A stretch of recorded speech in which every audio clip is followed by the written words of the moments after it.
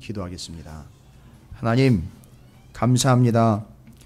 이 무더위 속에서도 하나님의 말씀과 뜻을 붙잡는 저희들의 마음이 곧 믿음이 되게 하시고, 또 이 계절이 분명히 시간에 따라 하나님을 원하시고 또 하나님 섭리 가운데에서 그 옷을 갈아입게 될 터인데, 분명 또한 우리에게는 그때와 그 정한 날 주님이 다시 오실 때를 맞이하게 될 터인데, 주님, 이 시간이 변함을 통하여 예수 그리스도의 오심을 기다리고 또 소망할 수 있는 믿음이 되게 하여 주시옵시고, 이 무더위와 삶의 환경과 여건들을 넉넉하게 이겨낼 수 있는 강하고 담대함을 허락하여 주시옵소서. 오늘도 주의를 맞는 하나님의 거룩한 백성들이 하나님을 만나고 또 하나님의 말씀하시는 것을 받고 듣고자 이 자리에 함께 모였습니다. 오직 한 가지 믿음, 하나님이 나의 생명이시며 우리 구주 예수 그리스도가 나의 구주이신 것을 믿음으로 고백하며 예배의 자리에 나왔사오니, 주여 저희들을 용납하여 주시옵시고 또 받아주시옵시고 우리 몸이 거룩한 성전인 것을 깨닫는 복된 자리가 되게 하여 주시옵소서. 하나님만을 바라보게 하여 주시옵시며 오직 하나님의 나라만을 소망하게 하여 주시옵시고 우리 구주 예수 그리스도만을 의지하게 하여 주시옵시고 말씀만을 붙잡는 자리가 되게 하여 주시옵소서. 이제 때를 준비하며 하나님의 또 사명과 소명들을 맡은 바들로서 주님께 합당하게 그 이름에 합당한 그리스도인의 삶을 살아가기에 부족함이 없게 하여 주시옵시고, 오늘 우리가 서로가 서로를 위하여 기도하며 또 말씀으로 축복하며 하나님의 나라와 그 나라의 거룩한 백성된 자격들을 점검해 볼 때에 하나님의 성령께서 우리 안에 뜨거운 은혜와 역사를 부어 주시옵시고 또 소망으로 함께하여 주시옵소서. 이 예배가 하나님을 기쁘시게 하며 하나님이 받으실 만하며 또 이 기도가 하나님이 들으시는 기도이며 우리의 마음이 하나님의 말씀을 받고 듣고 새기는 복된 영혼과 생명과 소망의 백성들로 삼아 주시옵소서. 이제 주의 말씀을 기대합니다. 주님, 여호수아에게 말씀하신 것처럼 동일하게 말씀하여 주시옵시고 또 모세에게 말씀하신 것처럼 바울에게 말씀하신 것처럼 동일하게 말씀하여 주시옵시고 여기 이 자리가 그 은혜와 소망과 소명의 자리가 되게 해 주시옵소서. 감사드립니다. 우리 구주 예수 그리스도 이름으로 간절히 기도 올리옵나이다. 아멘. 할렐루야. 예, 옆에 있는 분 축복하도록 하겠습니다. 뭐라고 축복하시느냐 하면 강하고 담대하십시오 라고 축복하시기 바라겠습니다. 예, 어떻게 휴가들 잘 다녀오셨나요? 휴가 다녀오신 모양입니다. 정말로. 아직 휴가를 못 다녀오신 분들에게는 삶과 위로의 말씀을 전합니다. 예, 잘 다녀오시고요.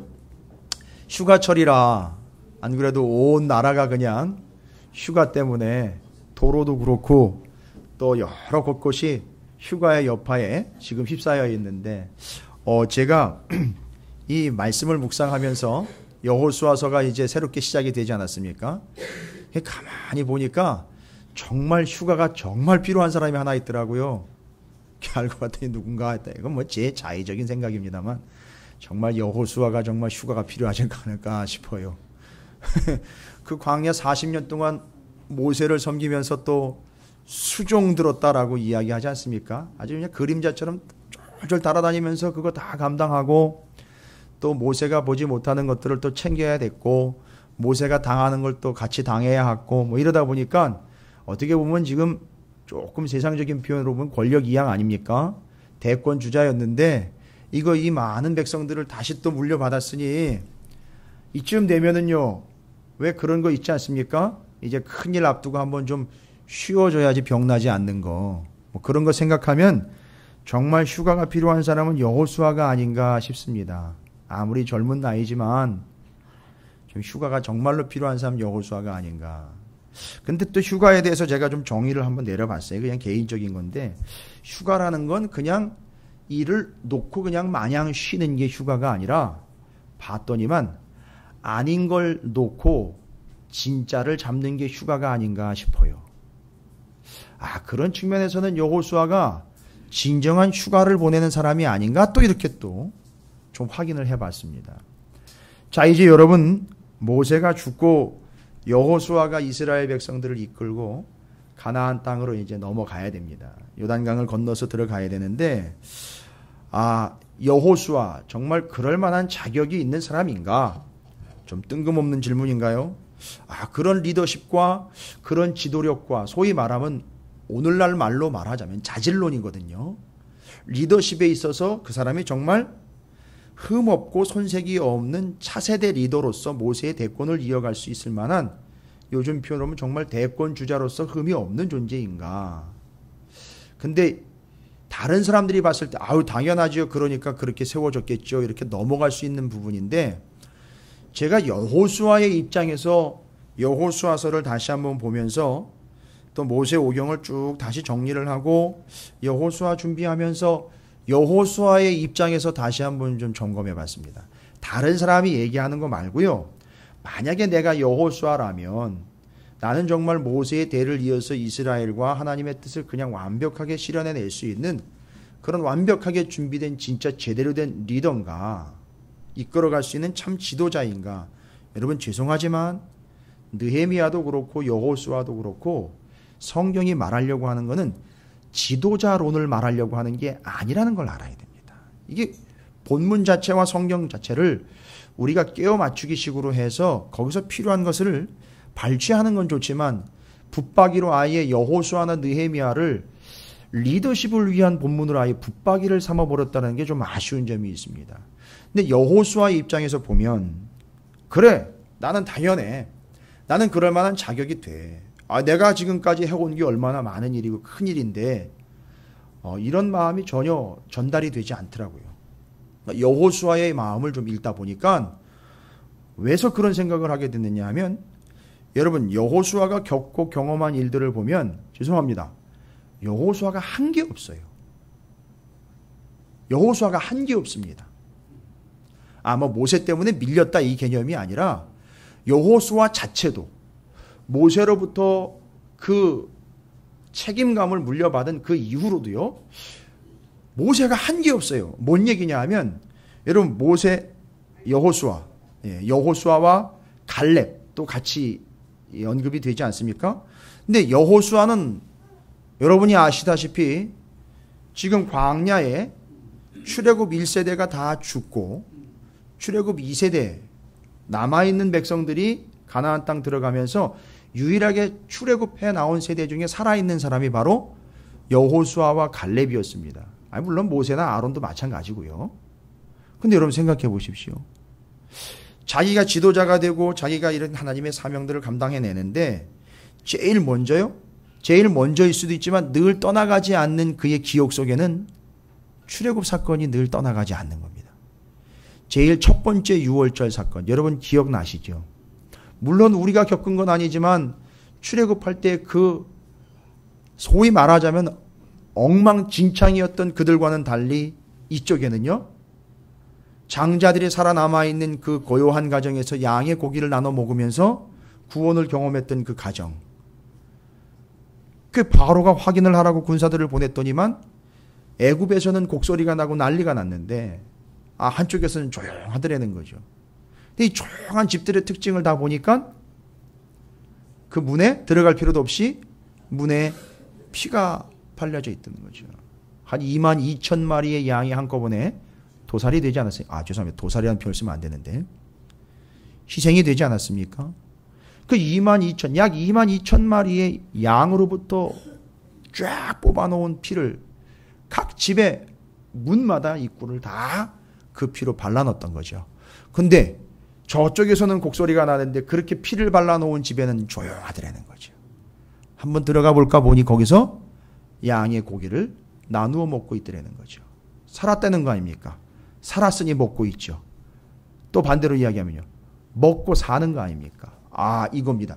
예수를 먹고 사는 것이고 예수 때문에 사는 것, 이게 인생이 되는 거죠. 여러분 이걸 경험한 사람이 누굽니까? 이게 여호수아가 이걸 경험한 겁니다. 장자와 같은 존재죠. 여호수아. 에브라임의 우두머리라고 일컬어지고 있는, 아주 유대인들의 전해져 오는 내려오는 이야기에 의하면 에브라임의 우두머리라고 일컬어지는 사람이 바로 이 여호수아입니다, 여러분. 근데 이름이 또 기가 막혀요. 여호수아, 예수와 예수. 그는 이미 예수를 예언하고 있고 예수를 예표를 하고 있는 존재라고도 볼 수 있어요. 자, 그건 뭐 나중에 또 한번 얘기를 드리겠지만, 자기가 경험한 그 첫 번째 유월절은요, 자기가 살아보려고 아둥바둥 한다고 사라지는 게 아니라 모세가 명령한 대로 하나님의 말씀을 순종하여 그 양의 피를 발랐더니 자기가 장자 입장 아닙니까? 아니, 자기가 아니라도 자기 후손들이며 자기 다른 동족들의 그 가정 이야기를 이미 자기는 경험으로 알고 있고 처음에 출애굽할 때 그걸 이미 겪고 나왔습니다. 내가 살아보려고 아둥바둥 했던 것이 아니라 전적인 하나님의 은혜로 살아난 거예요. 양의 피 덕분에 자기는 살아난 겁니다. 하나님의 은혜로 살아난 거예요. 여러분, 이걸 이미 여호수아는 출애굽 때부터 쭉 40년 동안 가지고 온 거예요. 지금까지요. 그러니까 그 구원받은 상황에서 자기가 한 것은 아무것도 없습니다. 그냥 양의 피를 바른 것밖에는 없습니다. 그리고 다른 사람들은 죽어갈 때 자기는 살아났던 거예요. 이걸 경험한 겁니다. 여러분, 이걸 뭐라 그러죠? 전적 은혜입니다. 자기가 한 게 없어요. 여러분, 여기서부터 기름은 빠지기 시작합니다. 기운이 빠지는 게 아니라 기름이 빠지는 거예요. 나의 목을 곧게 할 수 있는 내 속 안에 내 기름이 빠져버리기 시작합니다. 이건 하나님의 전적인 은혜로구나. 내가 뭘 한 게 아니로구나. 야, 그 양 한 마리가 뭔데? 그 양을 잡아가지고 피를 발랐는데 그 피가 뭐라고? 그것 때문에 내가 이렇게 살아있네. 그러니까요, 자기 걸 내세울 이유가 없습니다. 여러분, 기억나시죠? 아말렉이요. 이 광야의 깡패 아말렉이 이 방황하는, 마치 유리하고 방황하는 것 같은 이스라엘을요, 치고 들어오지 않습니까? 광야에서. 그 아말렉과의 전투 여러분 기억나십니까? 출애굽기 17장에 나와 있습니다. 거기 아말렉과의 전투에서 여호수아가 명령을 받들어 전쟁터로 내려갑니다. 물론 믿을 만한 존재가 여호수아지요. 대단한 존재입니다. 그런데 한참을 싸우면서 여호수아가 그냥 가정하는 겁니다. 막 싸우고 막 이기는 것 같아가지고 막 치고 올라가는데, 이상하다. 이 기후 들으면 그냥 밀고 올라가면 끝장날 것 같은데, 또 막 밀려 내려옵니다. 이러기를 몇 번씩 반복을 하는 겁니다. 이거 진짜 지치고 기운 빠지는 일 아닙니까? 올라갔다 내려갔다 이거 치고 빨리 끝내버려야 되는데, 그죠? 너무 답답한 거예요. 기분 좋을 때 쫙 치고 올라가가지고 올라갈 수 있을 것 같은데 또 밀려 내려옵니다. 또 축 처져가지고서 이거 어떻게 하나 막 이럴 때 또 올라가 칩니다. 여러분, 알고 봤더니요, 모세가 내가 이 정도밖에 안 되나? 또 내가 또 이 정도 되는구나 뭐 이럴 수도 있는데, 그렇게 싸움터에서 저쪽 산꼭대기를 보니까 어떤 광경이 목격이 되죠? 모세와 아론과 훌이 그 위에서 희미하게 보이는 듯하지만 분명히 볼 수 있어요.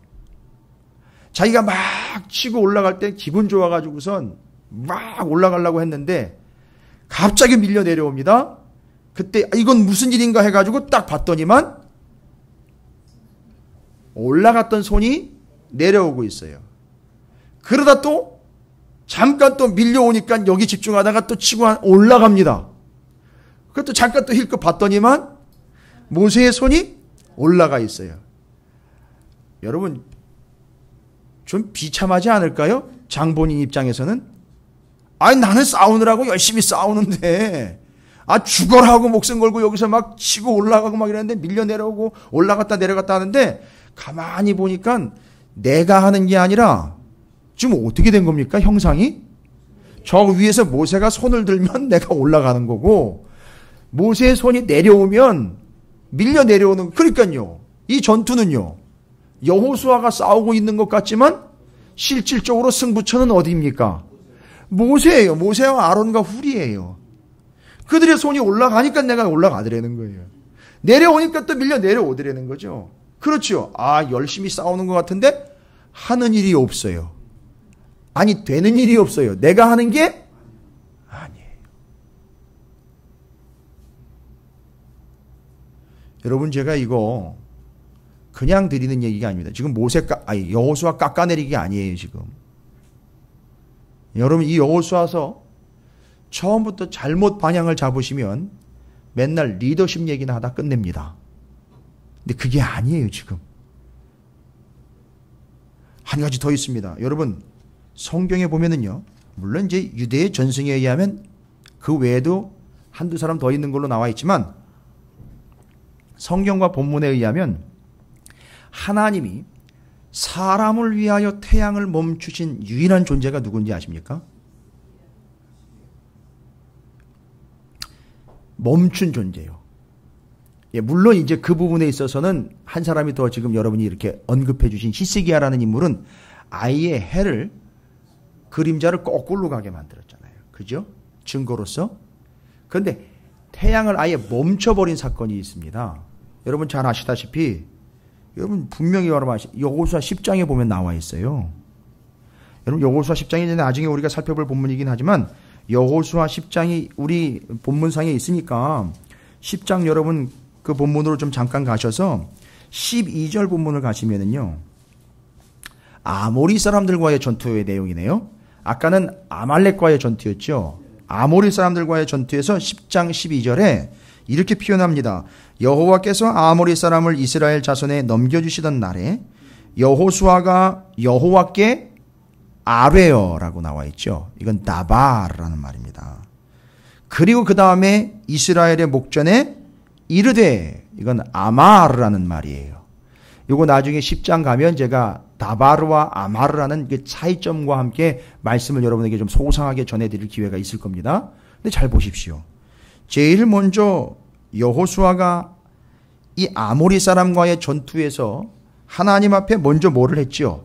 아뢰었습니다. 그런데 보십시오. 이 아뢰인 결과 그 뒤에 나와 있는 본문에 14절을 보십시오. 14절을. 뭐라고 나와 있죠? 여호와께서 사람의 목소리를 들으신 이 같은 날은 전에도 없었고 후에도 없었나니 이는 여호와께서 이스라엘을 위하여 싸우셨습니다. 물론 지금 아까 그 12절 뒤에 태양이 머물고 달이 멈추기를 백성 그 앞에서 여호수아가 원수를 갚을 때까지 그렇게 멈추어 버렸다라고 설명을 하고 있지만 여러분 정확하게 이야기하면 이건 여호수아가 멈춘 것이 아니었어요. 더 비참한 것은 14절에 여호수아가 상당히 뜰 수 있는 것 같은 소재이긴 하지만 죄송합니다만 여호수아가 완전히 밑으로 깔려버리는 얘기예요. 뭔 얘기입니까? 사람의 목소리를요. 여호수아가 아까 하나님께 아뢰는 건 뭐예요? 그냥 사람의 목소리예요. 그런데 그걸 어떻게 하신 거죠? 하나님이 들어주신 거예요. 만약에 안 들어주셨다면요. 그렇죠. 태양은 자연스럽게 넘어갔을 겁니다. 그리고 뒤에 얘기합니다. 여호와께서 이스라엘을 위하여 싸우셨음이니라. 그러니까 여호수아가 싸운 게 아니라 그냥 여호수아의 소리를 들으시고 하나님이 그냥 걸어 놓으시고 그냥 싸우신 거예요. 여기도 지금 여호수아가 비집고 들어갈 틈이 없어요. 목사님 여호수아를 너무 그렇게 다 깎아내리시면 할 얘기가 없을 텐데. 근데 여러분 보십시오. 이게 뭘 이야기하느냐면 여러분 기억나십니까?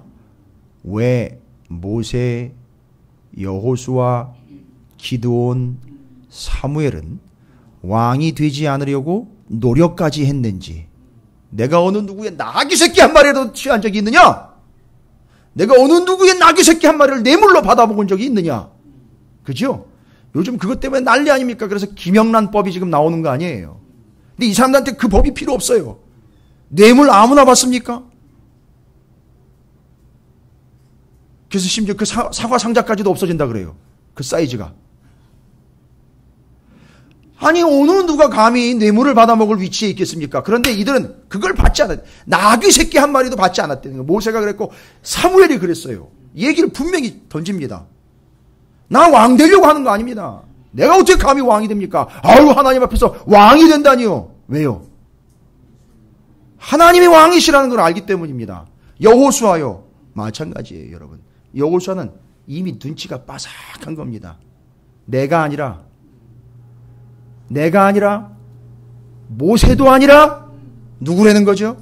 왜요? 그 모세와 누가 함께한 걸 알았기 때문이죠. 하나님이 함께한 걸 알았기 때문에 이건 모세가 한 것도 아니고 하나님이 한 거라는 거예요. 그냥 입국 다물고 있는 거예요. 내가 한 게 아니에요. 내가 할 게 없다는 거예요. 내가 한 게 없다는 겁니다. 여러분, 이건 비참한 게 아니에요. 그래서 그를 세우신 거예요, 하나님이. 그러면 아무런 능력도 없는 그를 세운 거 아니요. 자, 이제부터 본격적으로 여호수아가 시작이 됩니다. 하나님은 여호수아를 뛰어난 리더십으로, 뛰어난 지도자로서, 영도자요, 아주 우상적인 존재로 이미 추앙받을 수 있을 정도로 왕의 자격까지도 갖추고 있는 거 아닙니까? 모세, 여호수아 다 왕의 자격. 여러분, 왕감이 없었던 게 아닙니다. 이 시대에 왕감이 없었던 게 아니에요. 왕이 되지 않으려고 한 거죠. 왕감은 수두룩했습니다. 바로 모세나 여호수아, 기드온, 사무엘 같은 이런 사람들은 다 왕이 될 법한 사람들이었습니다. 그런데 왕이 되지 않았습니다. 왜요? 이 나라는 왕국과 제국이 아니라 제사장 나라라는 걸 알기 때문에, 왕이 아니라 제사장 나라가 제사장 역할을 감당하여 세계 열방을 구원해내야 된다는 걸 알기 때문에 어느 누구도 왕이 되려고 나대질 않은 겁니다. 여기서 여호수아가 내가 그것도 했고 이것도 했고 이것도 했는데 봐라, 자격되지 않아? 뒤에 가면은요, 죄송합니다, 요즘 표현으로 갑질할 수 있는 기회가 이제 옵니다. 왜요? 가나안 땅 들어가가지고 가운데 치고 위에 치고 밑에 치면서 다 정복을 해버립니다. 전쟁 영웅이에요. 전쟁 영웅의 그 다음 스텝은 뭔지 아시죠? 왕이에요. 여호수아가 그런 사람입니다. 그런데 지금 본문이 이야기하고 있는 것 여러분 잘 간파를 하시기 바랍니다.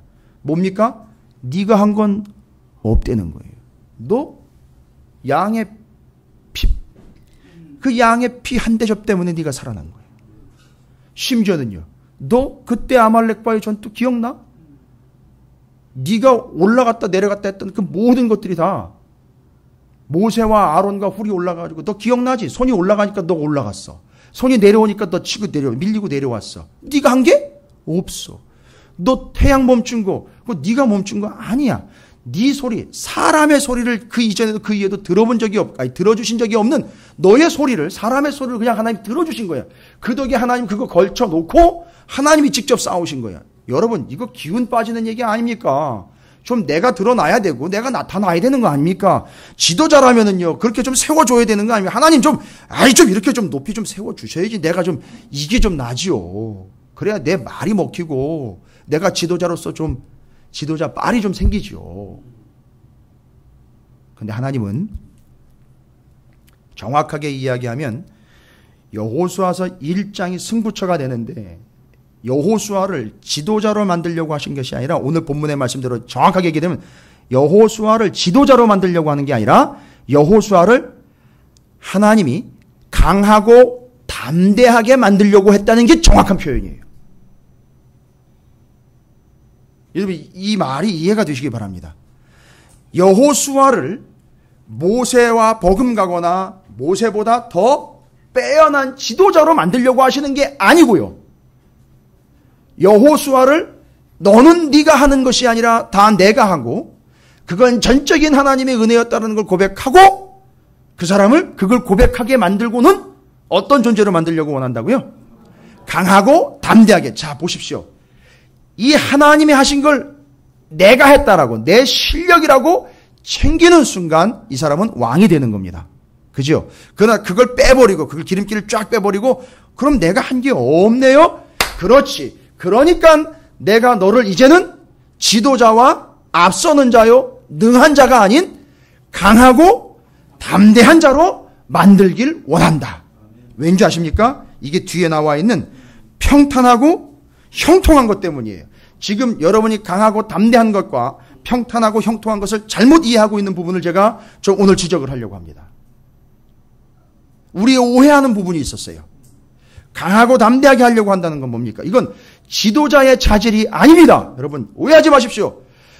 이건 강하고 담대한 것은 여호수아라는 이름이 가지고 있는 거죠. 여호수아, 예수와 예수. 보십시오. 예수를 믿는 자들은 누구나 다 강하고 담대해야 한다라는 원칙을 얘기하는 거예요. 하나님을 믿는 자라면은요, 그는 강하고 담대하게 된다는 거예요.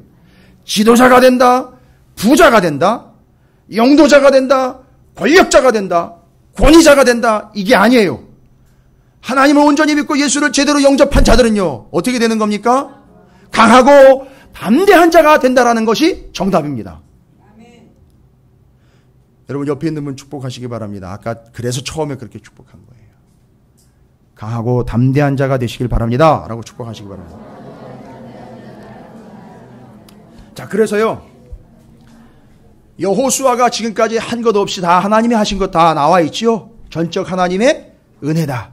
그래서 지금 나는 이제 그 지도자요. 그 능력자가 권위자가 되는 것이 아니라 나는 이제 뭐가 돼야 된다?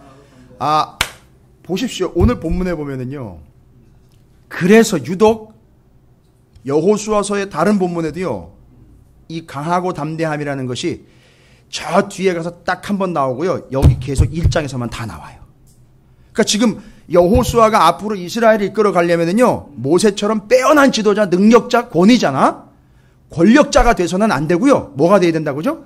강하고 담대한 자가 돼야 돼요. 그러면 지금 현재 모세나 여호수아에게 말씀하셨던 강하고 담대함이라는 것은 완료형이 아니라 진행형이라는 거예요. 그래서 계속해서 어떻게 해야 된다? 강하고 담대해야 한다. 아주 중요한 겁니다, 여러분. 완료요 끝난 게 아니에요. 여러분 완벽하게 강하고 담대한 자를 찾는다면은요. 우리 가운데는 없습니다. 완료형으로 해서 그 조건에 부합한 사람을 찾는다면 우리 중에는 아무도 없어요. 이 세상에 아무리 훌륭한 목사님일지라도 완벽하게 강하고 담대함이 완료된 분 없습니다. 이건 제가 누구를 폄하하는 게 아니에요. 성경적인 표현이기 때문에 말씀을 드리는 거예요. 그러니까 우리 가운데는 강하고 담대한 완벽한 자가 없습니다. 그러나 우리는 강하고 담대하게 가야 돼요. 강하고 담대해져야 됩니다. 계속적으로 강하고 담대해야 돼요. 보십시오. 그러니까 지금 현재 여호수아가 강하지 않고 담대하지 않기 때문이라는 것이 아니라 이제부터는 계속해서 너는 강하고 담대한 존재가 돼야 된다. 목적은 뭐냐? 너희 길이 평탄하고 형통하게 되기 위하여라는 거예요. 여러분 이거 아주 간단한 구조입니다. 이 여호수아 1장이 가지고 있는 거예요. 네가 한 것 없고 다 내가 한 거다. 그러니까 너가 나대지 말아라. 네가 나선다고 되는 게 아니라 내가 해야 되는 것이다. 너는 전적인 은혜의 백성이다. 그러니까 너는 은혜 받은 자로서 이제 앞으로 인생 어떻게 돼야 된다? 강하고 담대해야 된다. 강하고 담대한 결과가 뭐라 그랬죠? 평탄하며 형통하다는 거죠. 이 평탄과 형통에 대한 오해도 또 있기 때문에 오늘 이것도 잘 점검해야 됩니다. 특별히 이제 계약하고 또 이제 학업을 위해서 또 직장이라든지 이제 휴가를 마치고 다시 또 현장에 복귀해야 하며 학업을 다시 이제 가을 학기로 시작해야 되며 삶의 현장에서 다시 이제 무언가를 시작해야 하는 이들에게 오늘 말씀은 상당히 중요한 말씀과 권면의 말씀이 될 줄로 믿습니다. 반드시 기억하십시오. 이제 우리는 그 분야에서 뛰어난 존재예요. 고지를 점령해서 고지론에 합당한 최고의 인물이 되는 게 아니라 잊지 마십시오. 강하고 담대한 존재가 되는 것이 하나님의 목표라는 거예요. 여기 계신 한 사람 한 사람을 하나님은 강하고 담대한 존재로 만들길 원한다는 거예요. 여러분 이건 어느 미국의 목사님이 이야기한 그런 긍정적 힘, 적극적 사고방식에 대한 얘기가 아니에요. 그걸 마인드화 시켜가지고 계속 반복한다고 긍정적인 사고를 계속한다고 긍정적인 사고방식이 나오는 그런 적극적 사고방식이나 긍정의 힘을 이야기하는 게 아닙니다. 이건 하나님의 뜻이에요. 야, 여러분 이 여호수아 1장은요. 보고입니다. 보고. 보물 창고예요. 자, 그러면 강하고 담대함이라는 거예요. 기억나시는지 모르겠습니다. 강하고 담대함에 대해서 일전에 제가 한번 설명을 드렸어요. 우리가 생각하고 있는 그 스트롱이나 담대함, 브레이브, 뭐 용기 이런 개념을 이야기하는 게 아니었다는 거예요. 히브리 원문을 보면 강하라는 말은요. 하자크라는 단어입니다. 하자크. 근데 바로 그거죠. 하자크. 외우기도 쉬워요. 하자. 웃으시라고 한 얘기인데. 하자. 뭔 얘기입니까? 강하다라는 말은 원래 본 뜻은 히브리어 하자크가 원래 가지고 있는 1차적인 의미는 단단히 매다는 얘기예요. 꽁꽁 묶고 붙잡아 매다, 꽉 달라붙다, 집착하다, 열중하다. 여러분 지금 우리가 번역해 놓은 강하다라는 표현하고는요. 어떻게 보면은요. 안 어울릴 것 같은데 뭔 얘기? 그런 강력함으로 집착하라는 거예요. 감이 오십니까? 다른 거 생각하지 말고 순간 접착제 생각하시면 돼요. 그냥 딱 달라붙는 걸 이야기하는 겁니다. 이게 강함이에요. 강함이라는 히브리 하자크가 원래 가지고 있는 거예요. 그러니까 찰싹 달라붙어라. 아주 꽉 붙들어 매라. 단단히 붙잡아 매라. 꽉 달라붙어라. 저는 이게 부정적인 의미가 아닌 여기서 이 강하다라는 표현에서 이걸 좀 선호합니다. 집착해라. 집착해라. 증상으로 이야기하는 게 아니라 모양으로 이야기하는 거예요. 이게 강하다라는 말의 뜻입니다. 하자크라는 말의 본뜻이에요. 그럼 하나님이요? 여러분을 이렇게 만들기 원한다는 거죠. 여호수아를 이렇게 되기를 원한다는 거죠. 이렇게 만들겠다는 얘기죠. 그 다음에 담대함이요. 아마츠라는 히브리어인데요. 이 담대함이라는 말은요. 마음을 무겁게 하다는 얘기입니다. 마음을 무겁게. 부담감 가지라는 얘기 아니라 그것 때문에 마음의 괴로움을 가지라는 얘기 아니라 마음을 굳게 먹는다는 얘기예요. 마음을 무겁게 한다는 얘기는 아주 묵직하게 결심한다는 얘기예요. 그래서 마음을 무겁게 한다. 단단히 마음을 먹는다는 얘기예요. 아주 견고하게 한다는 얘기입니다. 다부지고 견고하게 만든다. 이런 얘기예요. 그러니까요. 여러분 정리가 되셨습니까? 강하고 담대한다라는 말은 그 사람을 무언가에 단단히 묶어 매기를 원하시는 것이고요. 꽁꽁 붙잡아 매려고 하는 거 아니에요. 꽉 달라붙고 아예 그거에 집착하게 만들겠다는 얘기고요. 하나님이. 그걸 아주 열중하고 열심으로 그냥 완전히 거기에 올인하게 만들겠다는 얘기고, 담대하게 만들겠다는 얘기는요. 아예 마음을 굳게 먹어가지고 그 절대 마음이 흔들리거나 변하지 않도록 하겠다는 거예요. 여러분 이게 오늘날의 지도자와 리더십과는 어떤 관계가 있는 걸까요? 이 성경의 본질적인 의미와 배경을 모르면 이건 그냥 세상이 인용해 먹는 그냥 이야기에 불과하지 본래 하나님의 뜻은 그런 개념이 아니라는 걸 우리는 알아야 됩니다. 적어도 우리 믿는 자라면은요. 설명이 가능해야 되지 않겠습니까? 자 보시면 그가 실제로 이런 모습들을 보여줬어요. 성경에 보면 단단히 매다 꽁꽁 묶다 붙잡아 매다 꽉 달라붙다 집착하다 열중하다. 대체 뭡니까? 어떤 모습입니까? 출애굽기 33장 11절에 그 모습이 나와 있어요. 모세와 함께 회막에 들어갔다가 모세는 나오고, 여러분 이미 우리가 함께 살펴본 본문이기도 한데 출애굽기 33장 11절에 강하다 하자크의 모습이 그에 잠깐 비춰집니다. 출애굽기 33장 11절, 출애굽기 33장 11절입니다. 자, 함께 좀 읽어보도록 하겠습니다. 시작. 사람이 자기의 친구와 이야기함같이 여호와께서는 모세와 대면하여 말씀하시며 모세는 진으로 돌아오나 눈의 아들 젊은 수종자 여호수아는 회막을 떠나지 아니하니라. 떠나지 않았어요. 회막을 떠나지 않았어요. 좀 재미있게 표현하자면 회막에다가 자기를 어떻게 한 거죠? 붙들어 맨 거예요. 너무 꿰어 맞추기라고 오해하지 마십시오. 그런데 그 사람이 그 안에서 뭐를 했을까? 이게 중요한 겁니다. 그 사람이 뭐를 했을까?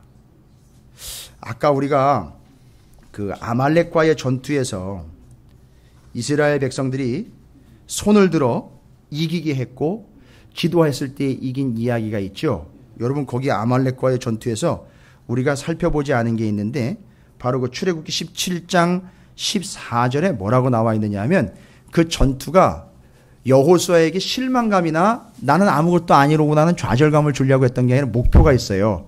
그 전투의 결과는 뭘 위해서 그게 이 전투가 모세가 손을 들어 기도했을 때 이기게 했느냐 하면 14절에 출애굽기 17장 14절에 이렇게 나와 있어요. 여호와께서 모세에게 이르시되 이 전쟁에서 있었던 일이 있지 이거 모세한테 얘기하신 거예요. 요거를 어떻게 해래요? 책에다 기록을 해서 기념하게 할 뿐만 아니라 이런 일이 있었다고 분명히 기념하게 하고, 여러분 이 구절 여러분 그냥 넘어오셨죠? 이게 기가 막힌 본문입니다. 그걸 기록을 해서 기념을 하고 여호수아의 귀에 외워 들리라.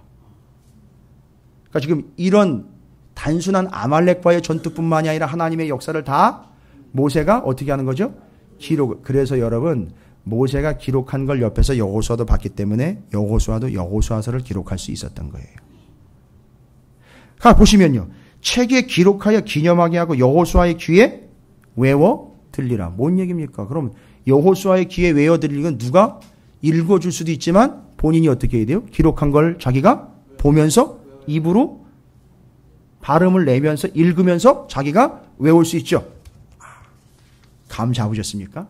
회막에서 뭐 했습니까? 그 말씀을 기록된 그 기념된 말씀들을 자기가 읽으면서 외우면서 붙잡으면서 형광펜, 그 당시 형광펜이 없지만 줄을 그어가면서 계속 그 말씀을 묵상을 하고 붙잡고 외웠다는 얘기예요. 그러니까 정확하게 하면 제가 좀 전에 우스갯소리로 회막을 떠나지 않았을 때 회막에 붙들어 맸다는 얘기인데 그게 아니라 어디다 붙들어 맸던 거죠? 말씀에다가 붙들어 맨 거예요. 그러니까 이 사람은 지금 강하다라는 표현이요.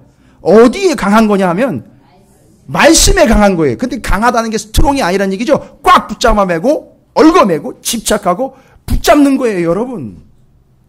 거기다가 붙잡아 매고 꽉 달라붙다는 얘기입니다. 그러니까 무엇에 대해서 강하고 담대함인지 여러분 아시겠습니까? 대답을 해 주십시오. 바로 그 하나님이 모세에게 직접 기록하라고까지 하시고 직접 들려주신 그 말씀에 강하고 담대함을 나타내라는 얘기예요. 그러니까 하나님은 여호수아를 어떻게 하길 원하신다고요? 말씀에 강하고 담대한 자가 되도록 하기를 원하신다는 얘기입니다. 결론은. 그래서 담대하라는 거는요. 마음을 무겁게 하라. 아예 마음을 굳게 먹어라. 아주 꽉 붙잡아 매라. 단단히 먹어라. 여호수아 24장 15절 너희가 여기서 누구를 섬길지 결정해라. 그러나 나는 나와 내 집은 오직 하나님만 섬기겠노라. 마음 굳게 먹은 거지요. 보세요. 그게 강하고 담대함의 표현으로 다 나온 예들이에요.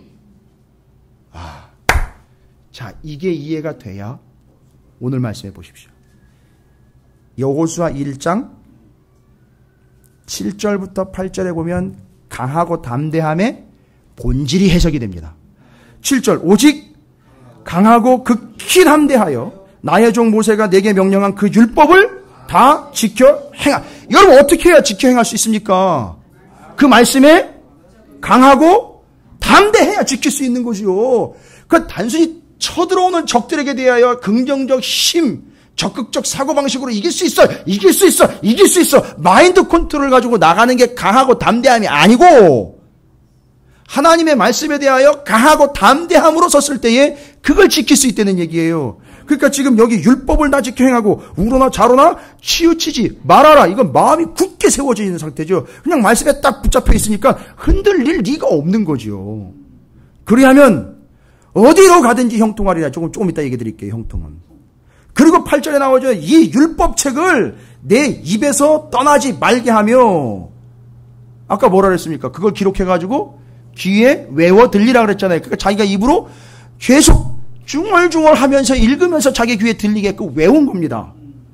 내 입에서 떠나지 말게 하며 주야로 그것을 묵상하여 그 안에 기록된 대로 다 지켜 행하라. 그리하면 내 길이 평탄하게 될 것이며 내가 형통하리라. 자, 9절입니다. 내가 내게 명령한 것이 아니냐. 강하고 담대하라. 두려워하지 말며 놀라지 말라. 라고 이야기하면서 앞뒤로 강하고 담대하라는 말 사이에 율법책, 하나님의 규례, 하나님의 말씀을 이야기하고 있습니다. 그러니까 강하고 담대함은 무엇에 대한 강하고 담대함입니까? 하나님의 말씀에 대한 강하고 담대함입니다. 아니나 다를까 모세 오경을 여호수아에게 건네주지 않았습니까? 기록한 율법책을요 직접 건네줬습니다. 그걸 가지고 그거에 대해서 뭐 하라는 거죠? 강하고 담대하라는 얘기. 할렐루야. 그러니까 그 말씀에다가 어떻게 하라는 거죠? 단단히 붙고 매라는 겁니다. 꽁꽁 붙잡아 매라는 거예요. 꽉 달라붙으라는 거예요. 아니 말씀에 집착을 하라는 거예요. 제가 아주 심한 집착 증세가 있어요. 말씀에 대한. 이것도 그냥 여러분 좀 편하게 받아들이시라고 얘기 드린 건데 너무 심각하게 받아들이시네요. 여러분이 쟤를 그렇게 쳐다보면 저를 병적이라고 이야기하는 것과 마찬가지인데 강하고 담대하라. 말씀에 대한 강하고 담대한 바로 겁니다. 그러니까 마음을 먹었어요. 아예 이건 난 말씀이다. 난 말씀밖에 없다. 생명이다. 이 말씀이 답이다. 이게 진리다. 왜요? 모세에게 하셨고 모세가 그렇게 했고요. 다 본 거예요. 이러면 이미 임상실험 다 끝난 겁니다. 임상실험이라니까 좀 그런가요? 다 끝난 거예요. 다 정리가 된 거예요. 모세가 지키지 않은 것 적어놓은 거 없고 모세가 지키지 않은 것 준 적 없습니다. 자, 이거예요. 꽉 붙잡아라. 마음 단단히 먹어라. 뭐 가지고요? 말씀.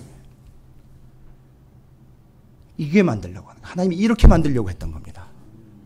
근데 그 결과가 뭐라 그랬죠? 그렇게 되면 여기 나와 있는 대로 8절에죠. 내 길이 두 가지입니다. 기억하시. 여러분 두 가지 투투예요. 지금 계속 두 가지로 갑니다. 뭐하고 뭐하라? 일단 하나님의 말씀에 대해서 강하고 담대하라. 그 다음 그 결과로 어떻게 된다 그죠? 평탄하게 될 것이고 내가 형통하리라. 여러분 평탄이 뭘까요?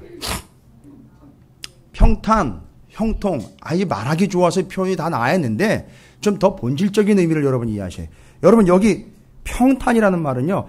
편안하다라는 얘기가 아니에요. 걱정 없다는 얘기가 아닙니다. 모든 게 다 정리가 돼가지고 그냥 술술 풀리는 이야기가 아니라 평탄이라는 말은 역시 히브리어 원어를 보면요. 찰라흐라는 단어인데요. 원래 가지고 있는 뜻이 뭔지 아십니까? 기가 막힙니다.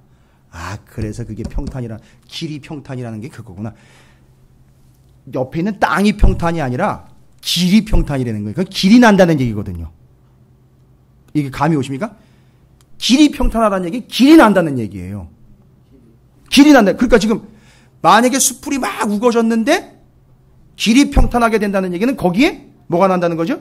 길이 난다는 거예요. 할렐루야. 아멘. 여러분 이게 지금 이 여호수아가 앞으로 감당해야 될 일 아닙니까? 가나안 땅 들어가지고 가운데 길 내야 되고 위에 길 내야 되고 아래 길 내서 뚫어내는 거 아닙니까? 여러분 이 평탄이라는 말은요 뭐냐면 돌진하여 통과하다라는 뜻이에요. 돌진하여 통과하다. 길을 낸다라는 뜻입니다.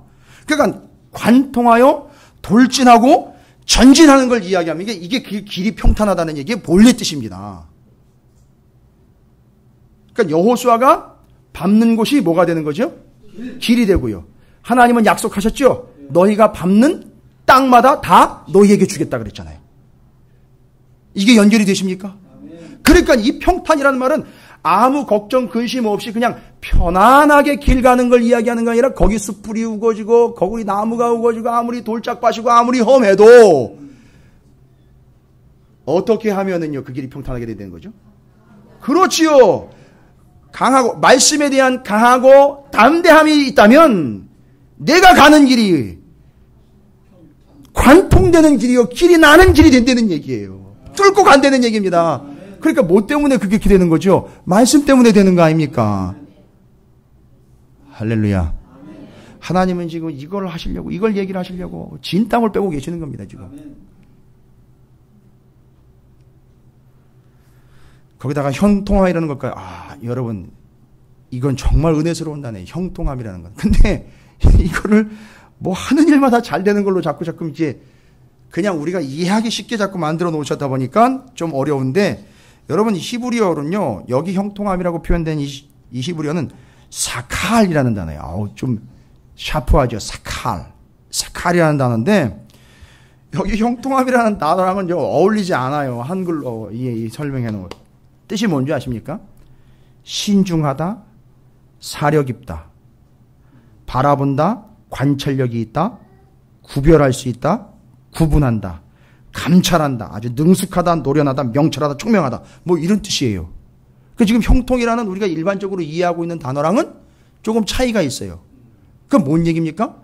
형통이라는 말은 바로 무엇가 그렇고 무엇가 아닌지 딱 보면 어떻게 되는 거죠? 분별이 된다는 거예요.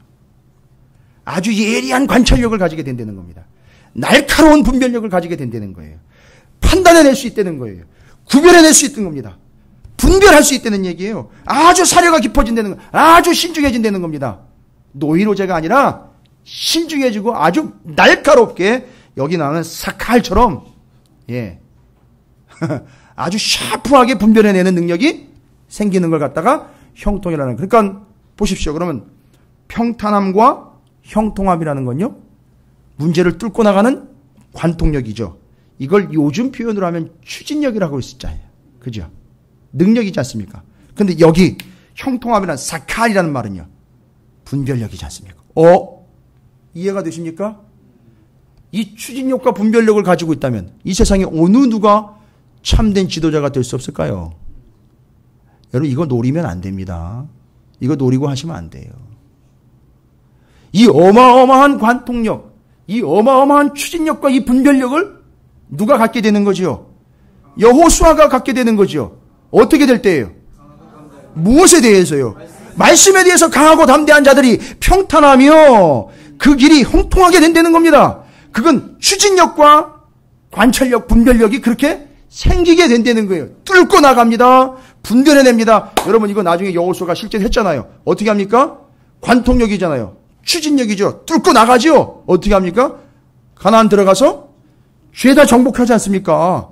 그 다음에 분별력 전등 정말 진짜 필요할 때가 있지 않습니까? 아주 예리한 분별력과 사려 깊음과 신중함이 필요합니다.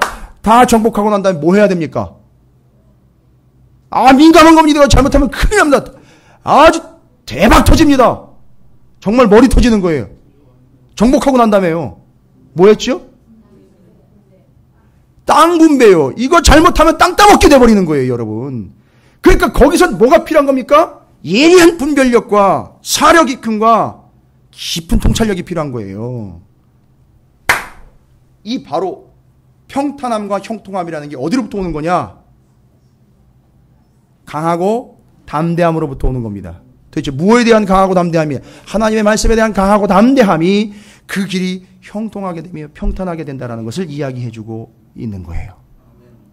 할렐루야. 오늘 본문의 내용은 이미 다 전달이 됐어요. 그럼 여러분 우리가 그 하나님의 말씀에 강하고 담대한 자가 되기 위하여 성경은 명확하게 이야기합니다. 따라해 보실까요? 입과 마음에 달려있다. 이게 성경에 이미 다 나와 있는 거예요. 자, 그러면 그 말씀에 강하고 담대한 존재가 되기 위하여 우리의 입과 우리의 마음에 지금 무언가 달려있어요. 거기에 달려있어요. 여러분 이미 이렇게 눈치채신 분들이 있어요. 이미 우리가 외우기도 했고 수없이 살펴본 말씀인데 기가 막히게 이걸 본문은 연결을 해놓습니다. 이해하실 수 있어요. 시편 19편 14절에 여러분 아예 표시를 해놓으십시오. 중요한 말씀입니다. 그러니까 이 여호수아서의 강하고 담대함과 평탄함과 형통함이라는 개념을 아는 자가 시편 19편이 기록이 되었을 때라고 저는 믿습니다. 거기 뭐라고 나와 있습니까? 시편 19편 14절에 뭐라고 나와 있죠?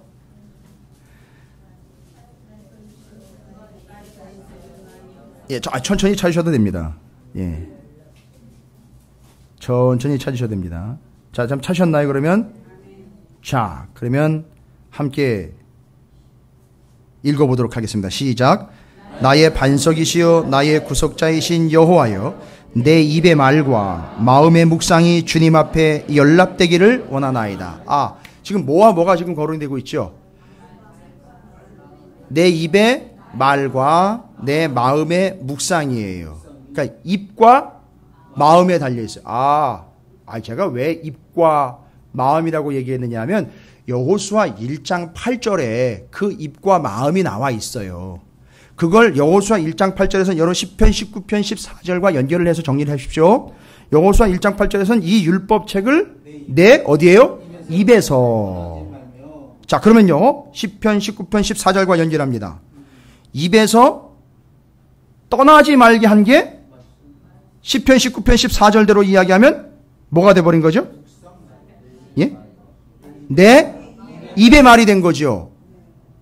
그럼 두 개가 같은 걸로 보겠습니다. 그러면 연결하게 이해하시기 쉽게 내 입에서 떠나지 않게 한 그것이 시편 19편에 의하면 내 입의 말이 되는 거예요. 여러분 요즘 제일 많이 하는 말이 뭡니까?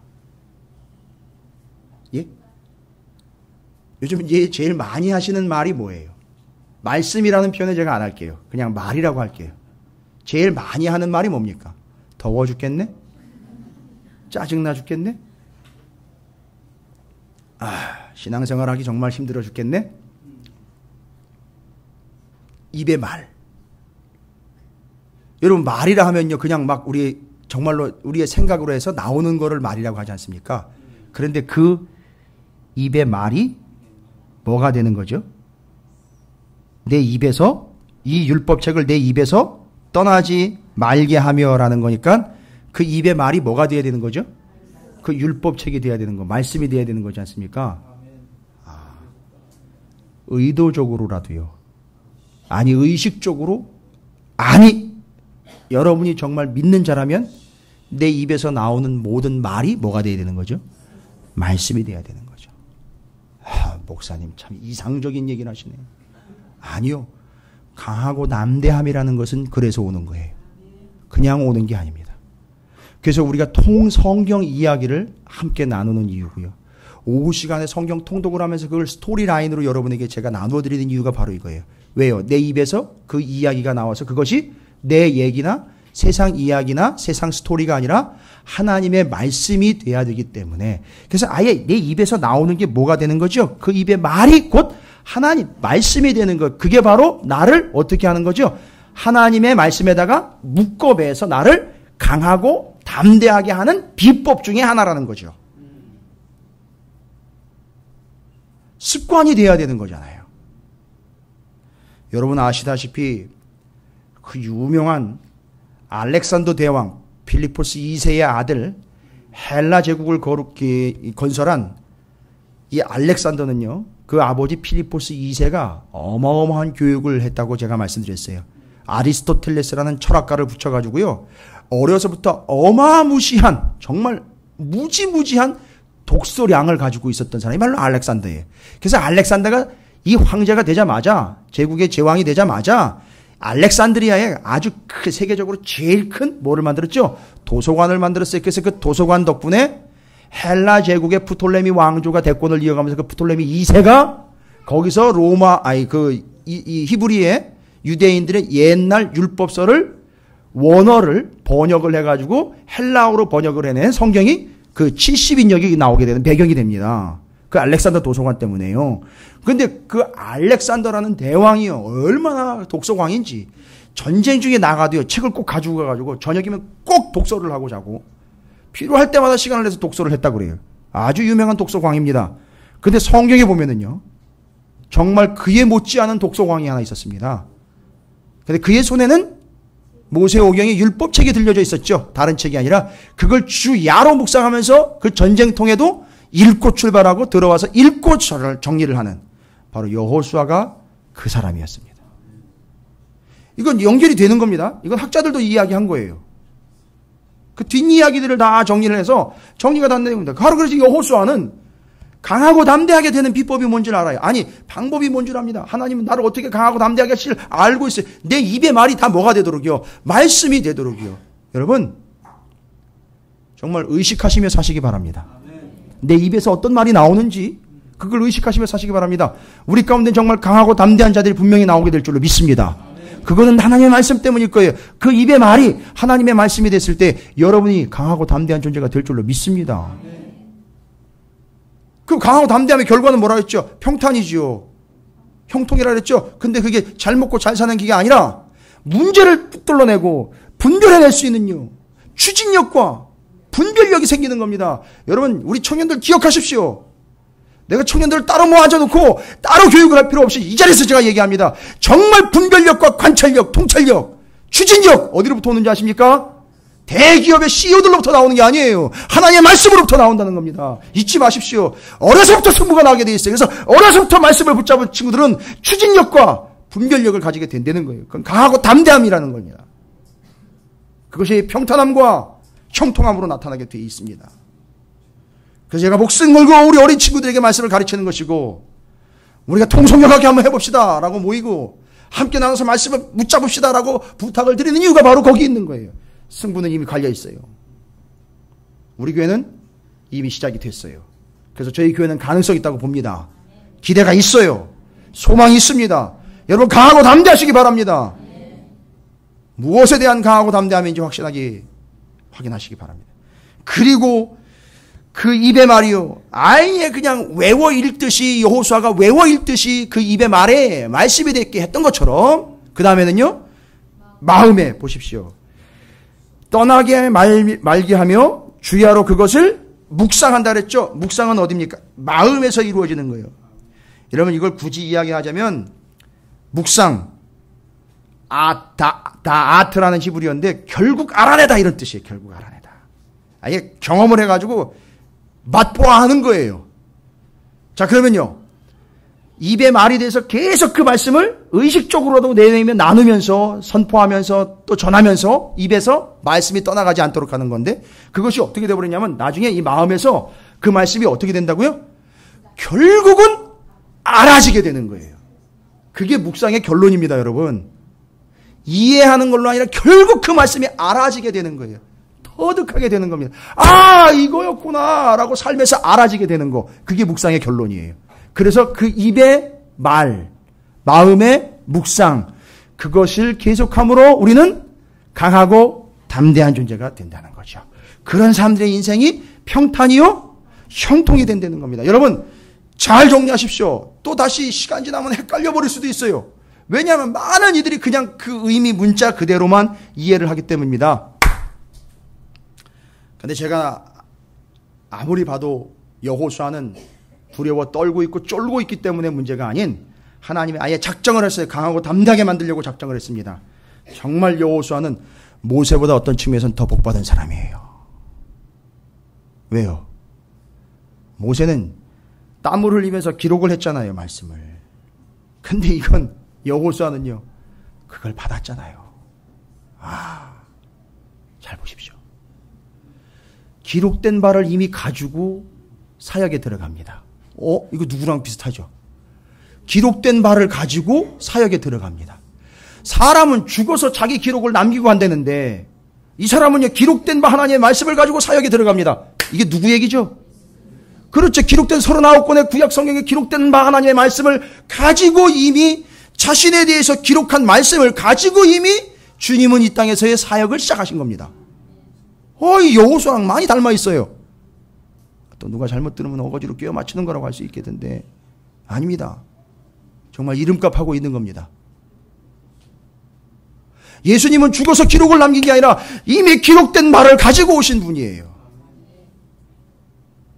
그런 측면에서는 여호수아가 일치하는 측면이 있습니다. 그리고 오늘 말씀에 보면 6절, 7절, 9절 계속해서 하나님이 뭐라고 얘기하시죠? 강하고 담대하라 라고 말씀하시죠?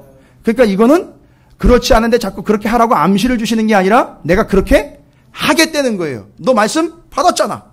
그거 가지고 강하고 담대해. 그게 평탄이요? 그게 형통이야. 라고 분명히 얘기했죠. 그러니까 하나님은 여호수아를 강하고 담대하게 만드는데 아주 작정을 하신 거예요. 그죠? 뛰어난 지도자 만드는 거 아니었습니다. 아주 전무후무한 리더십을 세워놓는 게 목적이 아니었어요. 강하고 담대한 자 만드는, 결국 이 강하고 담대함이 여호수아에게 있어야 어떻게 되는 거죠? 이스라엘이 강하고 담대한 거예요. 그들이 또 뭘 붙잡으면 되니까요. 하나님의 말씀을 더 꽉 붙잡고 거기다 붙들어 매고 마음을 굳게 메우면 되는 거니까요. 그래서 하나님 말씀하십니다. 6절, 7절, 9절. 근데 더 은혜스러운 건 여러분 뭔지 아십니까? 18절 보십시오. 18절. 앞에 거는 하나님이 강하고 담대하라고 말씀하신 거예요. 근데 여기 물론 이제 세 지파, 루벤, 갓, 므낫세 반지파니까 세 지파인데 세 지파의 이야기지만 뭐라고 이야기합니까? 18절입니다. 함께 읽겠습니다. 시작.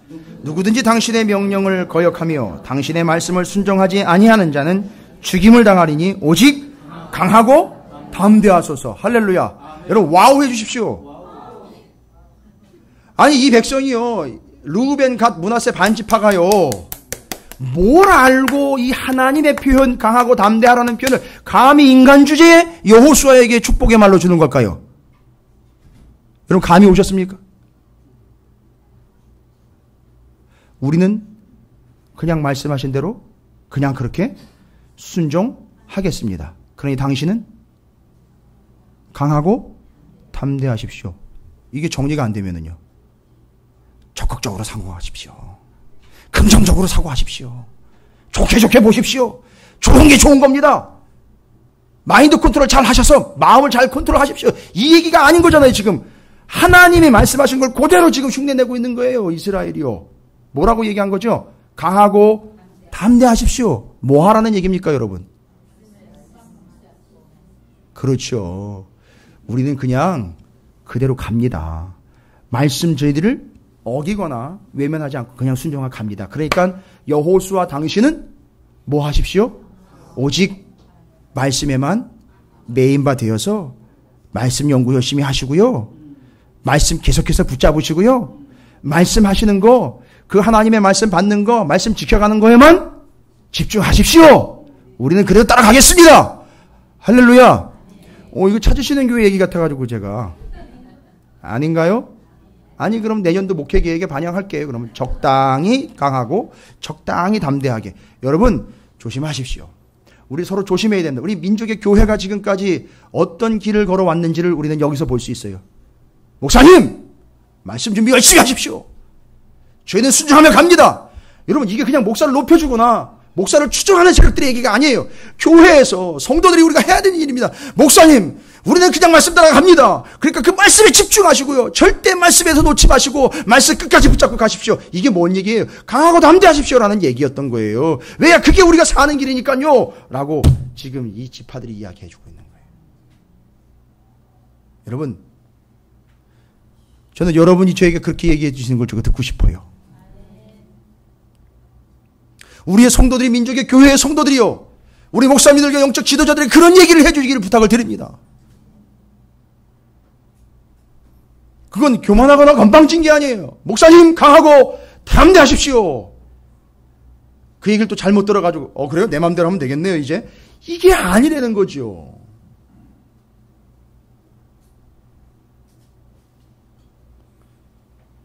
이 여호수아 1장의 분위기가 우리 찾으시는 교회의 분위기가 되시기를 주님의 이름으로 축원을 드립니다. 여러분 어떻습니까? 여러분이 한번 저한테 축복해 주시겠습니까?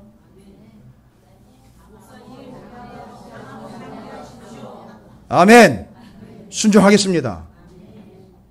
우리에게는 그래서 관통할 수 있고 분별할 수 있는 능력과 함께 펼쳐져 있는 가나안 땅과 같은 약속의 지경들이 우리 앞에 놓여 있으니 이를 위하여 우리가 모두가 다 강하고 담대하게 하나님의 말씀을 가지고 꿇고 관통하며 분별해낼 수 있는 추진력과 분별력, 세상이 말하는 지도력과 리더십의 이 추진력과 분별력이 아닌 하나님의 말씀의 추진력과 분별력이 우리 모두에게 있고 여러분에게 모두에게 넘쳐나시기를 주님의 이름으로 축원을 드립니다. 여러분께서 늘 교회를 위해서 또 민족의 지도자들을 위해서 말씀을 전하는 이들을 위해서 기도해 주시기 부탁을 드립니다. 그렇게 되어 여러분 강하고 담대하여 우리의 앞길이 평탄하고 형통한 교회와 가정과 존재들이 되실 줄로 믿습니다. 옆에 있는 분 다시 한번 축복하십시오. 강하고 담대하십시오. 할렐루야.